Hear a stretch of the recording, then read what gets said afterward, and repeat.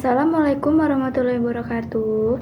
Saya Desetriana Agustin dari kelas 10-2 ingin menyampaikan berita terkini tentang bencana ekologis di Pulau Jawa yang kain mengarah pada kondisi permanen. Jadi, bencana ekologis yang terus berulang di Pulau Jawa sangat mengkhawatirkan, seperti banjir, longsor, rob, dan krisis air. Dampak dari pemilihan kebijakan pembangunan tata ruang dan pengelolaan sumber daya alam dapat mengabaikan batas ekologi. Berita ini terjadi pada tanggal 6 Februari 2026 di daerah Jawa Tengah, Mojokerto atau Yogyakarta.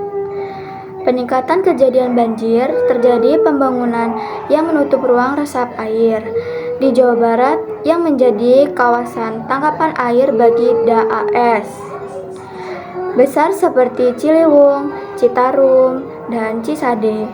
Kampanye Walahi Jawa Barat menyampaikan bahwa adanya 2.300 hektar lahan di sebagai ruang investasi dan proyek strategis dalam kurun 2017 sampai 2023. Jawa Barat diperlakukan sebagai ruang investasi dan proyek strategis nasional.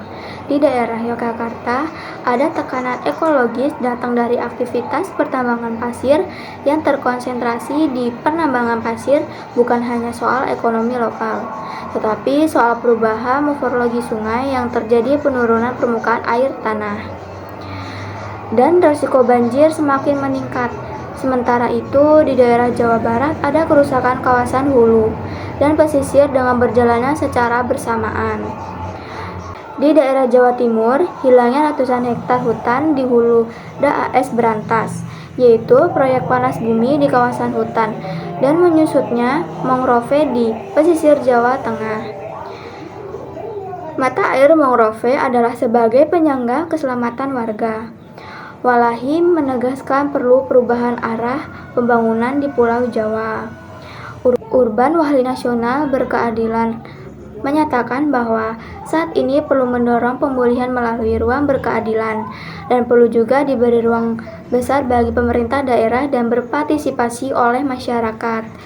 Dapat mengevaluasi menyeluruh terhadap perizinan, industri, dan ekstraktif, serta dapat menyarankan perlindungan kawasan hutan dan pesisir sebagai penyangga kehidupan. Sekian informasi berita dari saya akhiri. Wassalamualaikum warahmatullahi wabarakatuh.